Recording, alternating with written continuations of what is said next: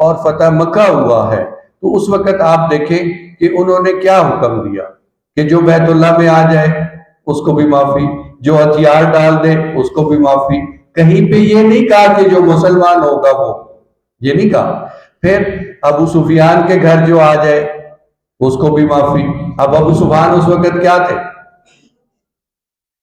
یہ تو وہاں کلمہ نہیں ہے کہ وہاں آپ آئیں گے تو مسلمان ہو کے آئیں گے تو آپ کو معافی ہے، نہیں.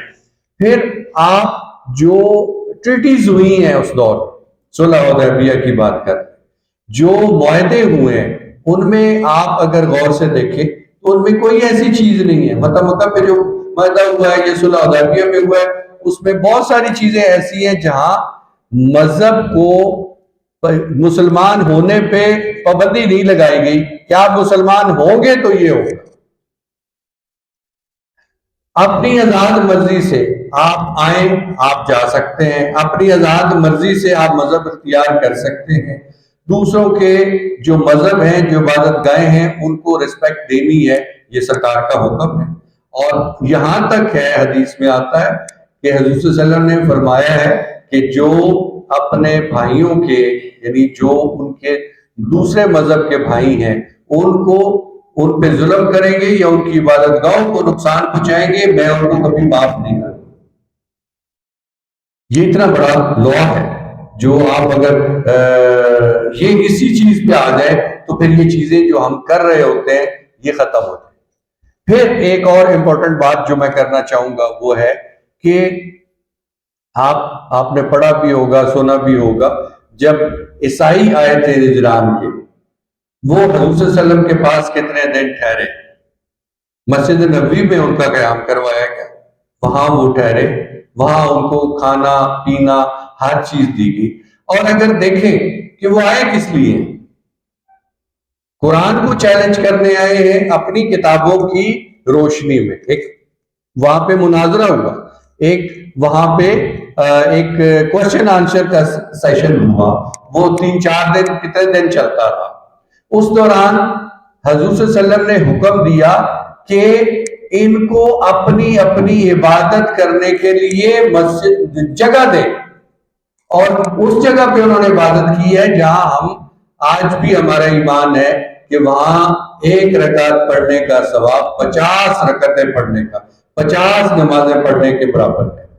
وہاں ادب سے ان کو اہتمام کے ساتھ جگہ دی گئی کہ وہ اپنی اپنی عبادت کریں. پھر وہ وہاں سے چلے گئے اور ان کا وہ جو وہاں پہ جتنا عرصہ وہاں جتنا ٹائم انہوں نے جتنے دن گزارا ہے وہ تاریخ میں موجود ہے. تو یہ ہے بنیادی طور پہ انسانیت کا درس. تو ہمارے ہاں آج کل جو پرابلمز آ رہے ہیں کہ ہمارے اندر برداشت نہیں ہے. ہم چھوٹی چھوٹی باتوں کے اوپر جس کے بارے میں ہمیں بیسک نالج نہیں ہوتا، ہم کسی کے ہوا دینے پہ ہم کسی کے عبادت گاہوں کو نقصان پہنچانا شروع ہو جاتے ہیں، کسی کے مذہب کے اوپر آپ شروع ہو جاتے ہیں. آپ آزاد ہیں. ہم مسلمان ہونے کے ناطے امن اور آشتی کا پیغام دیتے ہیں، ہم پیس کی بات کرتے ہیں، اور ہمارا مذہب نہیں اجازت دیتا کہ ہم کسی کی عبادت گاہ کو، کسی کے مذہب کو ہم تنقید کریں یا اس کو نقصان پہنچائیں. اپنے اصل چیز تو یہ ہے کہ آپ کا اخلاق، آپ کا رویہ، آپ کا کردار اتنا اچھا ہو کہ آپ کی طرف لوگ مائل ہوں. اسلام تلوار کی زور پہ نہیں پھیلا، اسلام کبھی بھی تلوار کے زور پہ نہیں پھیلا.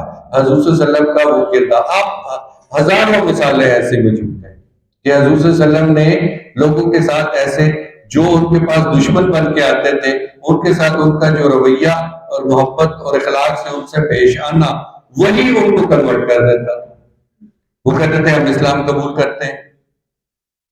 تو بنیادی درس جو ہے ہمارے مذہب کا وہ یہی ہے کہ آپ امن کا پیغام دیں، آپ سلامتی کا پیغام دیں، آپ عزت دیں انسانیت کو، آپ ان کی عزت کریں، ان کے مذہب کی عزت کریں، ان کی عبادت گاہوں کو عبادت گاہیں سمجھیں، اور ہمارے کانسٹیٹیوشن میں بھی موجود ہے.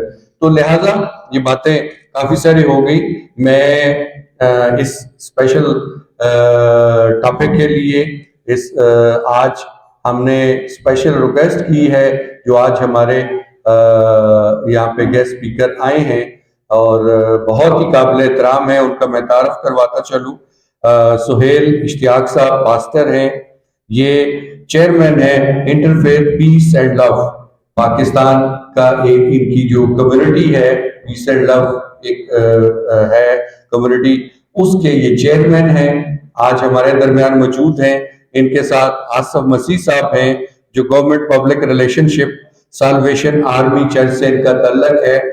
تو ان کو ہم نے ریکویسٹ کی ہے کہ یہ یہاں پہ آئیں اور انٹرفیتھ ہارمنی پہ بات کریں اور آپ کو بتائیں کہ یہ موجودہ حالات میں یہ چیزیں کتنی ضروری ہیں تاکہ ہم انسانیت کو پرائورٹی دیں, انسانیت کی قدر کریں اور یہ جو ہمارے اندر ٹالرنس نہیں ہے وہ بڑھائیں. اپنے جو ہمارا جو مذہب ہے, جو ہماری اخلاقیات ہیں, ان کو ہاتھ سے مت جانے دیں.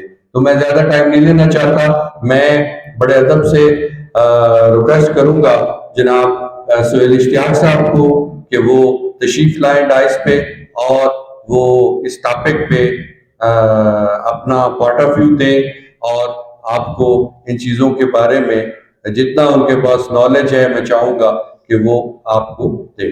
جناب سہیل اشتیاق صاحب.